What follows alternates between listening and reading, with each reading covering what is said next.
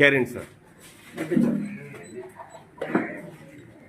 1992లో ఉమ్మడి తెలుగు రాష్ట్రాల్లో జరిగినటువంటి సారా వ్యతిరేక ఉద్యమంలో ప్రధాన పాత్ర వహించినటువంటి వర్ధిని రోషమ్మ గారు చనిపోయినటువంటి రోజు ఈరోజు.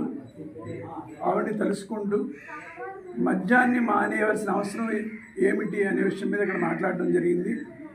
మద్యం వల్ల ఆర్థిక సామాజిక సమస్యలు చాలా వస్తూ ఉన్నాయి. భవిష్యత్ జనరేషన్స్ కూడా దెబ్బతింటూ ఉన్నాయి. ఈ మద్యాన్ని నిషేధించినటువంటి రాజకీయ పార్టీలు మద్యపాన నిషేధం చేయట్లేదు కాబట్టి మీరే దీని మీద తగినటువంటి ఆలోచన చేసి దీనివల్ల జరిగే నష్టాన్ని గ్రహించి మీ భవిష్యత్ తరాలను కాపాడుకోవాల్సిన బాధ్యత మీ చేతుల్లో ఉంది. కాబట్టి ఈ రోజు నుంచి మీ ఇంట్లో ఎవరిని తాగనివ్వకుండా చేయండి, తాకండి.